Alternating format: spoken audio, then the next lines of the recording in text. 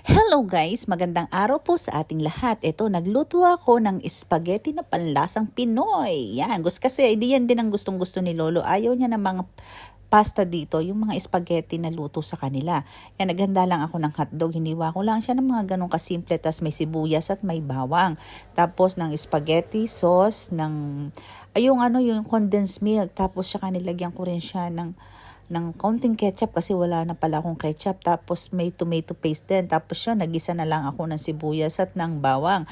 Tapos inilagay ko na yung karne ng baka. Giniling, nilagyan ko lang siya ng asin at ng paminta. Tapos sinayaan ko na lang muna siya na maluto ng konting minuto. Tapos nilagyan ko na ng hotdog, ng tomato paste, ng spaghetti sauce at saka ng konting ketchup. Tapos nilagyan ko na rin ng gatas. Yan, tapos inintay ko na lang siya makulo. Nilagyan ko lang ng konting paprika, pampakulay lang siya. Tapos nilagyan ko rin niya ng cheese. Tapos yun. That's it. Napakasimple at napakasarap. Bye!